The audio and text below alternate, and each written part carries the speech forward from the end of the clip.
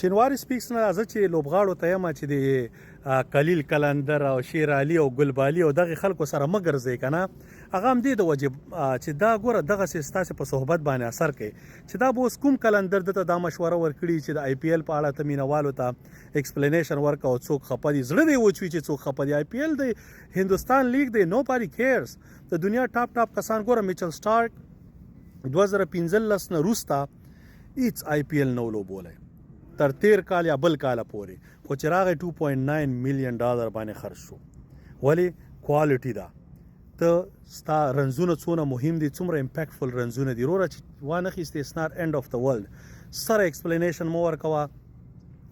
آی پی ایل د هغوی دی پی ایس ایل د پاکستان دی او کومې پیسې چې هغوی افر کوي کوینټن ډیکا کې څونه ارزانه واخیست سرفراز خان غوندې پلیر د انډیا لوکل ټیلنټ دی هغه یې څونه ارزانه واخیسته نوم یې سرفراز خان دی مسلمان دی پریتوی شاه تیر کال نو واخیسته دې کال په دویم درېیمه بولی کې واخیستل شو ډېر داسې پلیران او انټرنیشنل خو چې دی ټاپ سټارز نه پیک کیږي سو واټ ته راشه د دې په ځای افغانستان اول دی بالکل اول دی خو هغه وخت کې به چې اوس چېرته آی پی ایل په وخت کې زمونږ سیریز وی آیرلینډ تر زامنو سره زیمبابوې ترور زامنو سره او بل چا سره او تاسې آی پی ایل پرېښی وی سیریز ته راغلی وی خو نه هغې وخت کې هسې موزګار یو که اول دی او که اخر دی هسې افغانستان دی هغې نه مخکې افغانستان دی نړیوال جام کې افغانستان دی نړیوال جام دپاره فټنس پرفارمنس باندې دومره کار وکړه او ستا ښه پرفارمنس دی بیټسمین ښه صحیح یې تا ټول ملت هم دی چې اولني 10 بالونه 15 بالونه ریلاکس وهه په اول 10 بالونو باندې ته قرار 15 رنزې وکړئ څه مشکل نشته هغې نه وروسته مخکې ځه دغه یو ریکویسټ دی تا ته ټولو خلکو په دې دی کار وکړه او راشه نړیوال جام کې وروره د تیر 2024 نړیوال جام په نسبت باندې ډبل سکور وکړئ هغې نه زیات وکړه خپله ویلیو خپل سټاک خپله پورته کړه او آی پی ایل څوک انجرډ کېدی شي لکه ډیوالډ بریوس د ساوت افریقې تیر ځل له چینای سوپر کینګ یو څوک انجرډ و دی یې راواخیسته هغه ورسره هماغه وخت کې وي چې زه په کمو پیسو نه لوبېږم په زیاتو پیسو لوبېږم هغوی ورله ورکړی او هغه دی کیپ کړی دی نو وروره پرفارمنس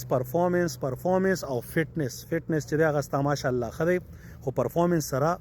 دماغ 10-15 بال باید ته خامخا ووهې که اول بال دویم بال نه د باندې راوتل شروع شو انټرنیشنل کوچز ته معلومات کیږي چې دا آوټ سوینګ نشي ټیکل کولی داس وای هی از ډوینګ دیٹ بیا تا نه سلیکټ کوي